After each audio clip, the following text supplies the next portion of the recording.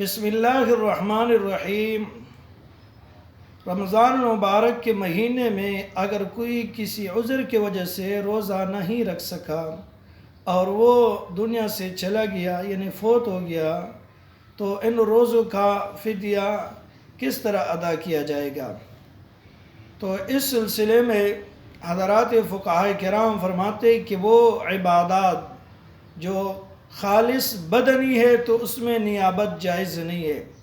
نیابت کا مطلب یہ ہے کہ وہ کوئی اور بعین ہی وہی عبادت آپ کی طرف سے ادا نہیں کر سکتا۔ تو خالص بدنی عبادت کیا ہے؟ نماز ہے،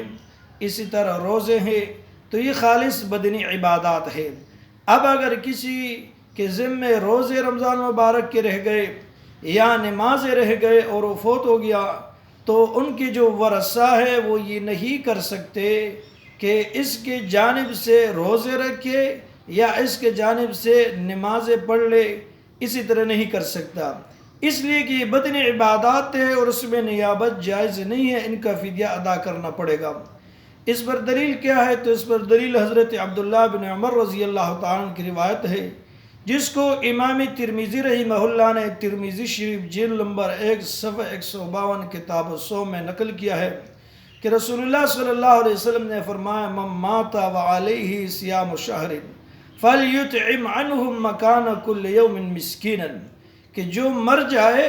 اور اس پر رمضان مبارک کے روزے رہ گئے قضائے اس کے ذمے، تو اس کے ورثاء کو چاہیے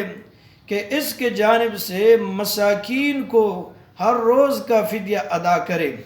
اب جو عبادات مرکب ہے یعنی بدنی بھی ہے اور مالی بھی ہے، جس طرح حج ہے کہ اس میں پیسے بھی لگتے ہیں اور بدن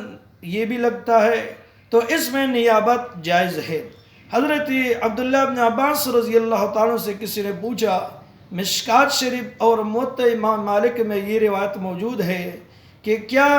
کوئی اپنے میت کے جانب سے روزے رکھ سکتا ہے اور نمازیں پڑھ سکتا ہے اور حج کر سکتا ہے؟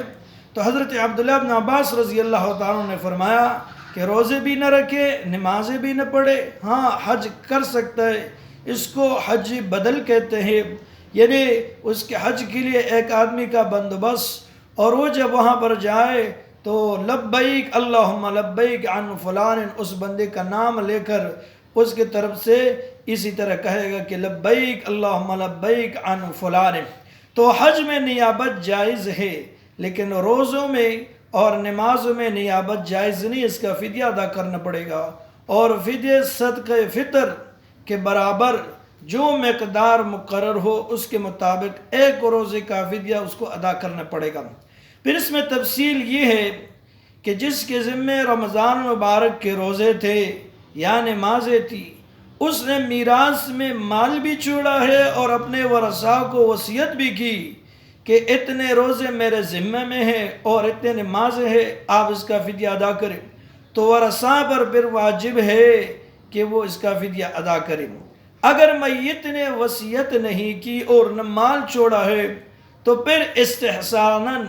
اگر ورثاء اپنی طرف سے ادا کر لے تو بہتر ہے۔